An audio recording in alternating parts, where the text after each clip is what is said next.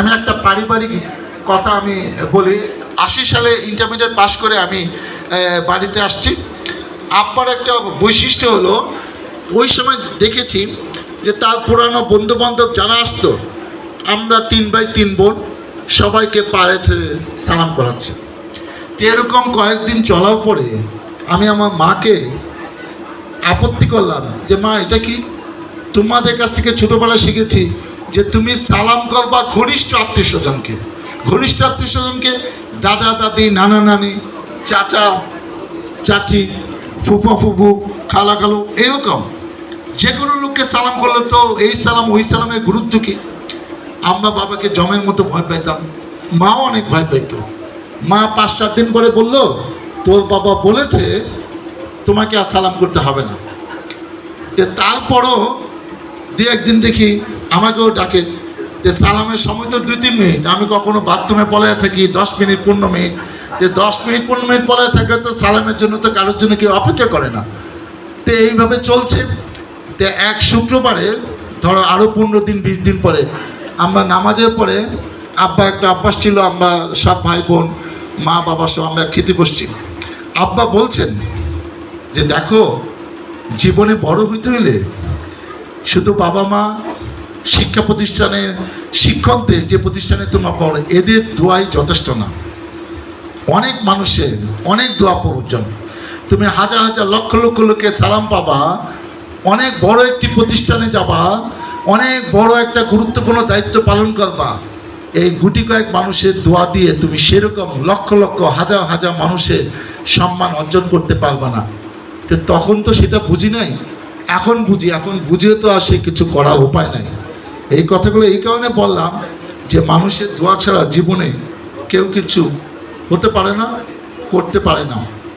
আমাকে লায়েন্সে ছিলাম, লায়েন্সে একটা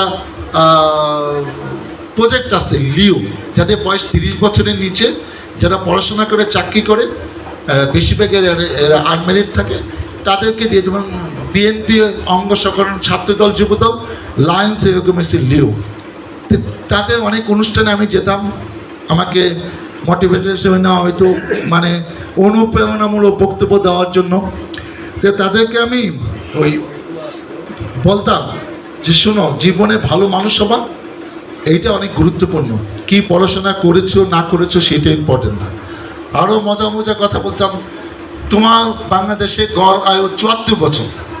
তোমাকে আজকে একটা কথা দিই, তোমরা যে অনেকে মিশন থাকে যে পড়াশোনা করলে প্রথমে করতে হবে প্রেম, তারপরে পড়াশোনা, এটা ভুলে যাও।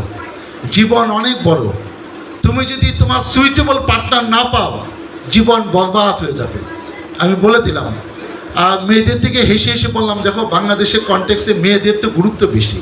একটা মেয়ে স্মার্ট হলে, চেহারাটা হলে, অনেক ছেলে পিছিয়ে পিছিয়ে ঘুরে অনেক কিছু করে। তো তুমি তোমার সুইটেবল মতো একটা ভালো ছেলেকে বিয়ে করবা। কখনো কোনো মেয়েকে বলছি তোমার থেকে কম লেখাপড়া জানে, তোমার থেকে ভালো স্টুডেন্ট না, এরকম কোনো ছেলেকে পার্টনার হিসেবে চয়েস করো না। আমি বলে দিলাম, একটা সময় তুমি মানতে পারবে না যে তোমার থেকে কে খারাপ স্টুডেন্ট, দেখবে এক সময় এটা তোমার ইগোতে লাগবে, যেটা যেন না হয়। এবং তাদেরকে বলতাম কয়েকটা জিনিস দেখে তুমি লাইফ পার্টনার চুজ করো। 1 নম্বর রেসপেক্ট, সে তোমাকে কতটা রেসপেক্ট করে। 2 নম্বর টেক কেয়ার, তোমাকে কতটা টেক কেয়ার করে।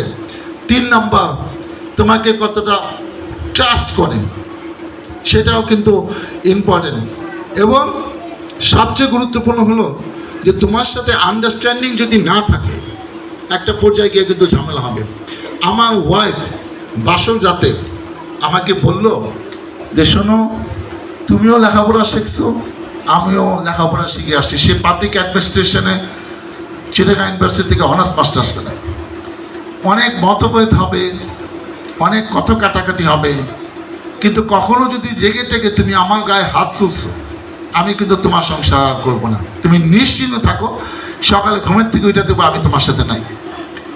তো আমাদের সাথে অনেক টুকটাক ঝগড়া টাকা হয়েছে, 2-1 ধাক্কা ধুক্কা দিয়ে বিছনায় ফেলাই দিছে, কিন্তু যেটা গায়ে হাত তোলা বলে সেটা কিন্তু আমি কোনোদিনই করি না। ওই ভয়টা মাথায় আছে যে আমার বউ কি কইছিল, বয়স যাই হোক,